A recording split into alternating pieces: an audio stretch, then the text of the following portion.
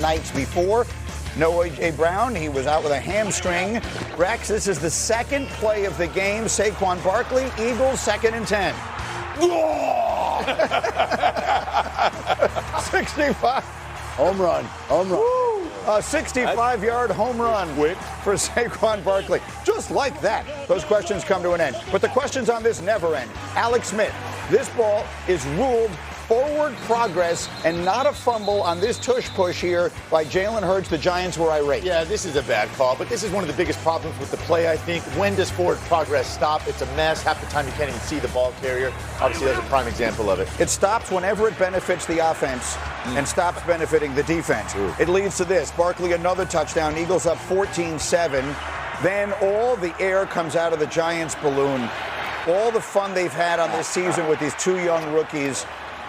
Shefty, that's Cam Scatterby going down, and it's one of those terrible. We won't show you the foot at the It's end. a dislocated ankle. His season's over. It's the second devastating blow for this team after losing Malik Neighbors. You could see how much everybody supported him, felt about him. He waves to the fans, and there goes his season. Classy move. Eagles fans giving him a standing ovation as they took him off the field. Now we go to the third quarter. It's Saquon Barkley again. So he has a magnificent day. 150 rushing yards, 2 total touchdowns. But you'll see him limping here. Shefty, he'll go in the 10th. What do we know? He felt like he could have come back in the game. Now, the key thing to remember here is the Eagles have a bye this upcoming week, and their next game is 2 weeks from today in Green Bay against the Packers. Saquon has a chance to be back. Fourth quarter now, 6 minutes to go. Eagles up 31-13. Here comes icing on the cake. John Dotson going up over Corey Black. Hey, Corey Black, you know what the words are. You got lost. Oh, that's a great play by Dotson. Although Randy's going to be mad at us because it's not a clean catch, so he won't count it. But for Jalen Hurts, he's going to yell at us, guys. Jalen Hurts, 4 passing touchdowns, tying a career high. Eagles get their revenge against the Giants. And the real story here, it took 8 weeks, but the Eagles finally looked like themselves on the ground yesterday. 276 rushing yards, second most in a game since they got Saquon. They averaged 8.4 yards a carry, most in any game for them in 5 years. So they looked like their old selves. Rex, was this a good day or a good sign for the Eagles? Both, absolutely. And I'm going to tell you, here's why. Number one, a great sign because, I mean, they absolutely dominated this game. But it's a good sign to me because the quarterback's underneath center. Yep. And when you're underneath center, it opens up the run game. Every run is available to you when he's back in that dot. All right, when you're in gun, it limits you so much. Well, you saw the results yesterday. They're running so much of simple power, gap scheme runs, and they are just dominant. And to me, that's what this team needs. And by the way, your quarterback is really good underneath center, too. You can heavy up the protection. So to me, absolutely a great sign for this football team. Alex, you can get more specific. You got some tape for us here. Yeah, and we've seen a real deliberate, concerted effort by this offense to get under center, to get Saquon running. And Rex is totally right. The variety that it gives you in the run game, right, in the mix of run-pass. Again, here, second play of the game, you're going to see him. This is duo. Woody's probably favorite play. You see the big double teams up front. The linebacker. I want you to look at this backside safety. Look, he hasn't handed the ball off yet. Watch him. He has no idea what's going on. He keeps backing up. I mean, Saquon's already into the line of scrimmage, and he hasn't played downhill because he can't diagnose run-pass. And then all of a sudden, you give a guy like Saquon 5 yards. Again, they don't touch him. The safety does not touch him. And again, later in the game, we talk about the variety. Here you're going to see pin pull. We get the big fellas out in front. And again, this is the play he comes up. Hold on, but I want you to see the defenders that even touch him here, right? Like, again, he doesn't even slow down until he gets to the second and third level. And at that point, I mean, that's advantage Eagles here. This was a great sign because they dominated up front. Again, at the line of scrimmage, at the point of attack.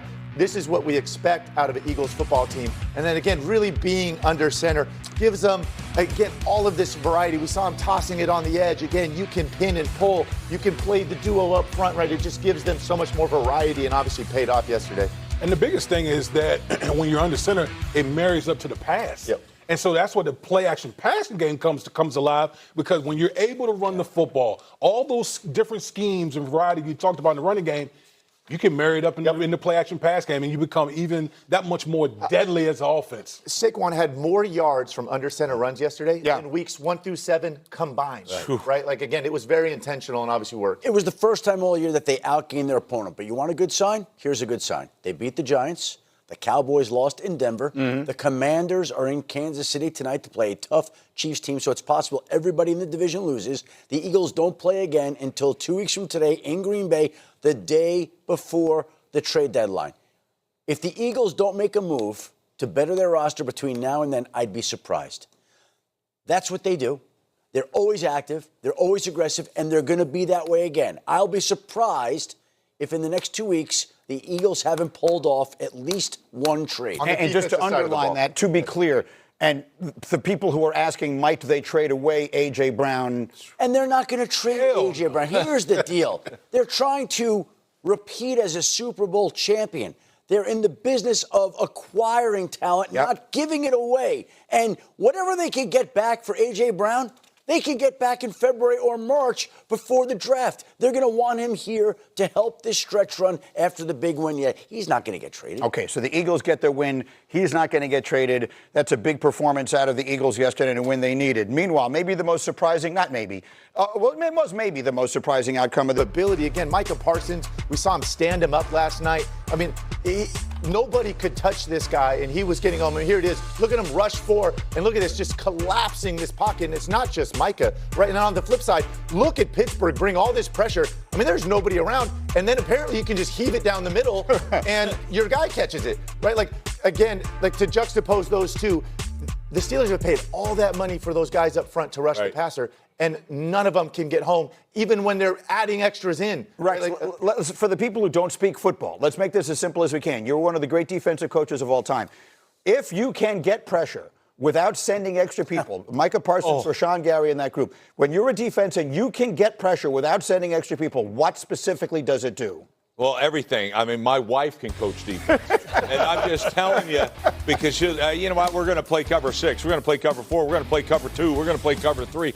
I mean, it doesn't matter. Yeah. You can, anything you got. Nobody's going to be open. Yeah, look at these pictures. Nobody's going to be open by the time you rush this passer. And Micah Parsons, stop already. I don't think people realize how dominant this young man is. They traded him in his prime. That's why I said it's the worst trade in the history.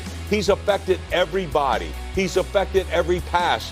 That's why you never get rid of a great pass rusher and always take a great pass rusher over a great cover guy because he affects every throw. Greeny, to your question, on the back end, when you're only rushing 4, you've got them outnumbered, right? Like everything is 3 over 2 or 4 over 3. Like, and everybody can leverage and squeeze those receivers. And so as a quarterback, I mean, the windows are so tight. And then again, this pass rush is bearing down on you. And to flip it, right, for Jordan Love, and when the Steelers are blitzing and everybody's man and nobody's got help, I mean, that's what you're seeing again. They're throwing these flat routes where Tucker Kraft breaks a tackle and goes for 50, or you're heaving the ball down the middle to Christian Watson. And again, if the DB's 5 yards behind him, those two scenarios, again, obviously we're talking a lot about the quarterbacks, but again, the teams were so different. Again, Green Bay, obviously much more dominant. It's a math thing. I mean, quite honestly, you're rushing 4, you got 7 in coverage. Yeah. They probably have 4 out in routes. Yeah. So you guys figure it out. Even with the new math, like it doesn't work. Right. Play any coverage you want.